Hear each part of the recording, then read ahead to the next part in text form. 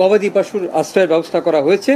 এই 11টি জেলায় আমাদের 620টি মেডিকেল টিম কাজ করছে ত্রাণ বিতরণের বিষয়ে, যেটা হচ্ছে যে গতকাল যেটি ছিল টাকা, চাল, শুকনা খাবার, শিশু খাদ্য, প্রাণী খাদ্য, সেটি অপরিবর্তিত রয়েছে। আজকে সকালে আমরা কিছু নতুন ডিমান্ড পেয়েছি, সেগুলি সেই যে অতিরিক্ত বরাদ্দের জন্য আমাদের কাজ চলছে। আমরা আশা করি আজকের ভিতরে সেই বরাদ্দটা দিতে পারবো।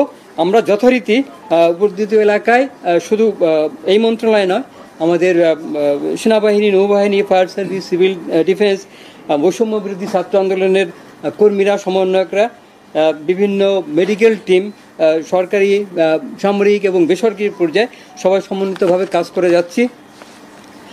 আর কয়েকটা জায়গায় আমরা ফিল্ড হসপিটাল প্রস্তুত রেখেছি এবং যেখানে স্বাস্থ্যসেবা দেওয়া দরকার সেটি সেনাবাহিনীর এবং আমাদের সিভিল সার্ভিস কার্যালয়ের চিকিৎসাবৃন্দ তারা নিরলসভাবে কাজ করে যাচ্ছেন। পাশাপাশি প্রাইভেট ক্লিনিক, অন্যান্য হসপিটাল এবং স্বাস্থ্যসেবা প্রতিষ্ঠান তারাও কিন্তু স্বাস্থ্যসেবার কাজটি করে যাচ্ছেন।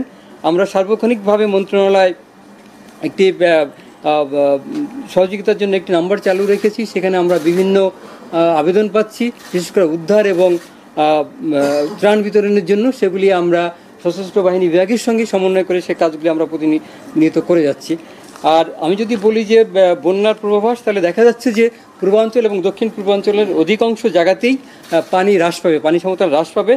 শুধুমাত্র একটি জায়গার কথা বলা আছে যে আপনার উত্তর পশ্চিম বঙ্গোপসাগর এবং তৎসংলগ্ন বাংলাদেশের দক্ষিণাঞ্চলে একটি সুস্পষ্ট লঘুচাপ দেখা দিয়েছে এবং এর প্রভাবে 24 ঘন্টায় দেশের দক্ষিণ এবং দক্ষিণ পশ্চিম অঞ্চলে মাঝারি থেকে ভারী বৃষ্টিপাতের সম্ভাবনা আছে এবং এই অঞ্চলের পানি সমতল কিছুটা বৃদ্ধি পেতে পারে। এটা ছিল আমাদের বন্যা বা আবহাওয়া সংক্রান্ত যে আপডেট সেটি।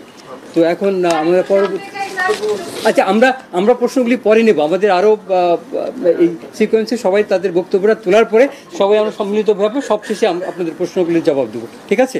ওকে, পরবর্তীতে নেক্সট। ধন্যবাদ অতিরিক্ত সচিব মহোদয়।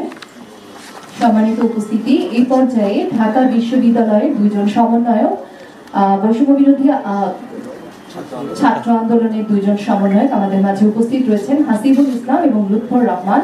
আমি তাদের দুজনকে তাদের বক্তব্য উপস্থাপন করার জন্য অনুরোধ করছি। ধন্যবাদ।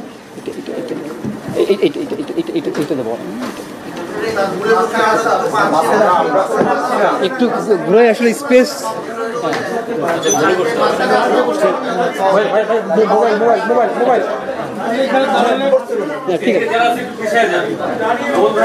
ভাই এখন ঠিক আছে।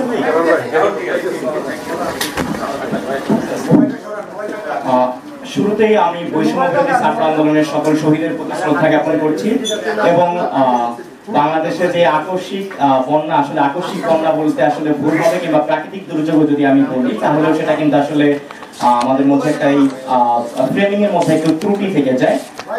আসলে রাতের আধারে বাঁধ ছেড়ে দিয়ে মানুষজনকে বিপদের মাঝে ফেলা কিংবা কোনো প্রকার পূর্বাভাস ছাড়াই যদি বাঁধ খুলে দেওয়া হয় এবং সেই বাঁধের ছাড়ার ফলে পানিতে তলিয়ে যদি মানুষ মারা যায়, তাহলে আমরা যদি সেটাকে স্রেফ প্রাকৃতিক দুর্যোগ কিংবা উজান থেকে নেমে আসা পানি কিংবা আকস্মিক বন্যা বলে উড়িয়ে দেই, তাহলে সেটা ভুল হবে। অন্তর্বর্তীকালীন সরকারের প্রতি আমাদের আহ্বান থাকবে তারা যেন এই বিষয়টি আরো ক্লিয়ার করে, প্রয়োজনে তদন্ত সাপেক্ষে যেই বিষয়টি আসলে সত্য সেটা যেন জনগণের সামনে তুলে ধরা হয়। সো আমরা যে কাজগুলো করছি, দেখুন একটি রাজনৈতিক বন্যা পরিস্থিতি তৈরি হয়েছে এবং একটি আমাদের দেশে আমরা বলবো যে একটি জাতীয় সংকট চলমান আছে। সো এই জাতীয় সংকট নিরসনে সরকারের পাশাপাশি ছাত্র জনতা থেকে শুরু করে প্রশাসনের সকলকে কিন্তু এই সংকট নিরসনে এগিয়ে আসতে হবে। আমরা শিক্ষার্থীরা কিন্তু গত 6 দিন যাবৎ গণত্রাণ সংগ্রহ এবং বিতরণ কর্মসূচি গ্রহণ করেছি এবং আমরা কিন্তু দেখতে পেয়েছি ঢাকা বিশ্ববিদ্যালয়ের টিএসসিতে আমাদের বুথ আছে, টিএসসিতে আমাদের বুথ রয়েছে, সেখানে আমরা নগদ অর্থ সংগ্রহ করি। এছাড়া আমাদের একটি বিকাশ রকেট এবং নগদের মার্চেন্ট নাম্বার দেওয়া আছে, এছাড়া আমাদের ব্যাংক অ্যাকাউন্ট দেওয়া আছে। সেই জায়গাগুলোতে আমরা দেখতে পেয়েছি টিএসসিতে কিন্তু আসলে একটা জনগণ যে স্বতঃস্ফূর্ত একটা অংশগ্রহণ এবং বাংলাদেশের মানুষের যে আসলে এক এবং অভিন্ন যে কোনো সংকট নিরসনে তারা যে রাজপথ থেকে শুরু করে সাহায্যের হাত বাড়িয়ে দিতে পারে, সেটা কিন্তু আমাদের কাছে খুবই স্পষ্ট। এবং খুবই আশ্চর্যের একটা বিষয় হচ্ছে, মানুষ তার বিবাহের সময় যে সকল আমাদের মা বোনরা আছেন তারা তাদের গয়নাগুলো কিন্তু আমাদের টিএসসির বুথে এসে জমা দিয়ে যাচ্ছেন বন্যা দুর্গতদের যারা আছেন, আমাদের ভাইয়েরা আছেন, আমাদের বোনেরা আছেন, তাদের সহযোগিতার জন্য। বাংলাদেশে এখন পর্যন্ত প্রায় 11টি জেলা কিন্তু প্লাবিত হয়েছে এই রাজনৈতিক বন্যার পানিতে। সো আমরা যে কাজগুলো করে যাচ্ছি সেটা হচ্ছে আমরা ত্রাণগুলো সংগ্রহ করছি টিএসসিতে। এরপরে সংগ্রহ করার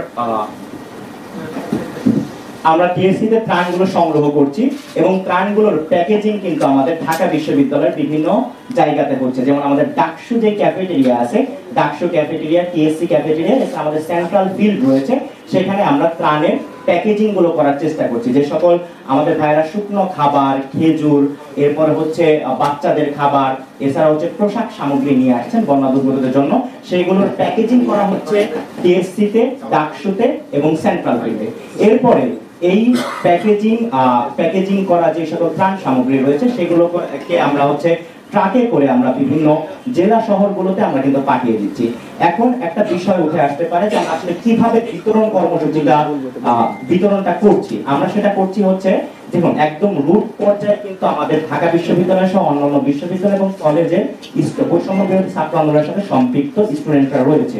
তারা আমাদেরকে তথ্য দিচ্ছে কোন এলাকায় কিরকম মানুষ আসলে তাদের খাবার প্রয়োজন, কিংবা কতগুলো ত্রাণ সামগ্রী যদি আমরা পাঠাই তাহলে সেখানে আসলে সেটা পরিপূর্ণ হবে কিংবা তাদের একটু হলেও সহায়তা হবে।